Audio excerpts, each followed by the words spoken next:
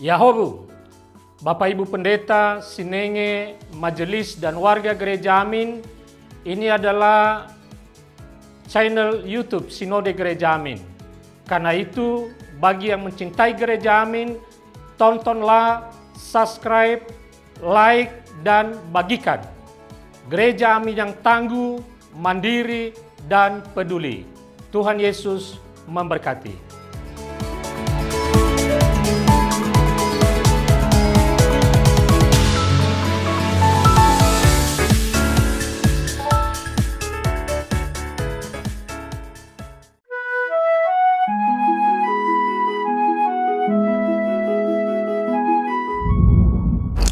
Sahabat YKB, senang dapat berjumpa kembali dengan saudara dalam acara Wasiat Kekal, berupa renungan firman Tuhan memandu kehidupan kita. Saya Pendeta Agus Wijaya dari GKI Serpong, dan renungan kita hari ini tanggal Jumat 7 November 2025 berjudul Menjadikan Orang Lain sebagai Subjek, yang ditulis oleh Pendeta Cordelia Gunawan, Ketua BPMSW GKI Sinode Wilayah Jawa Barat, dan didasarkan pada bacaan Kejadian 38 ayat 1 sampai dengan ayatnya yang ke-26. Mari kita berdoa.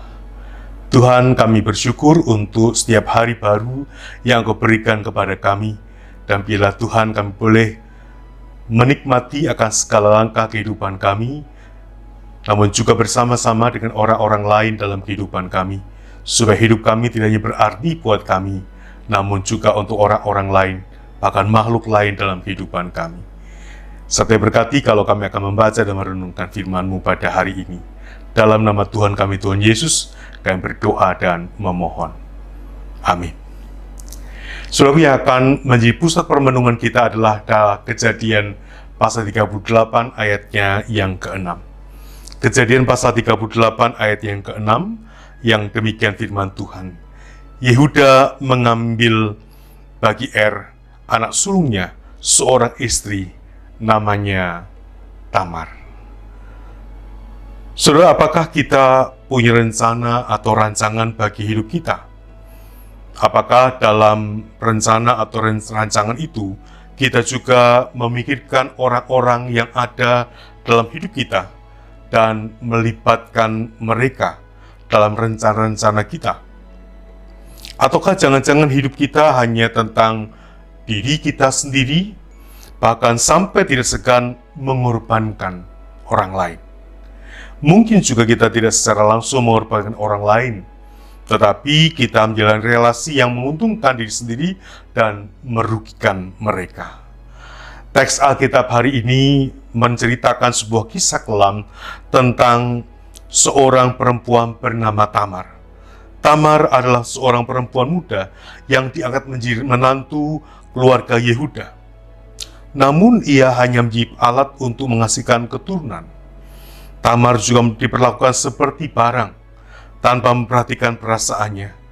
Ia dengan mudah dipindah tangankan. Ia tidak memiliki hak untuk memilih bagi dirinya sendiri. Yehuda merancang kenyamanan bagi diri dan keluarganya, sementara sebagai pribadi, Tamar tidak diperhatikan. Ia hanya dijadikan sebagai objek, bukan sebagai subjek.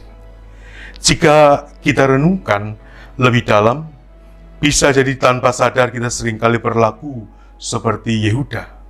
Bisa jadi kita telah menjadikan orang lain sebagai objek tanpa memberikan mereka peran sebagai subjek atas kehidupannya sendiri. Saudaraku, mari menjalani akan hidup dengan bijaksana dan menghargai orang lain sebagai subjek atas kehidupannya. Mari kita menaikkan doa kita. Tuhan, terima kasih hari ini kami boleh belajar menjadikan orang lain sebagai subjek dalam kehidupan kami, sehingga mereka pun merupakan orang-orang yang berarti, yang punya peranan bagi diri mereka sendiri maupun juga bagi kami dan juga bagi orang lain, sehingga kami boleh menghargai satu dengan yang lain dalam kehidupan kami. Ampuni kami kalau selama ini kami menjadikan orang lain sebagai objek dari kesenangan kami, dari kepentingan kami sendiri. Dan bila kami disadarkan untuk senantiasa menjadikan orang-orang lain sebagai bagian dari kehidupan dan rancangan kami. Kami menyerahkan diri kami semua ke dalam tangan kasih-Mu. Dalam nama Tuhan kami, Tuhan Yesus, kami berdoa dan memohon. Amin. Saudara, demikianlah renungan kita hari ini. Dan jangan lupa untuk subscribe, like, dan juga dibagikan kepada yang lain.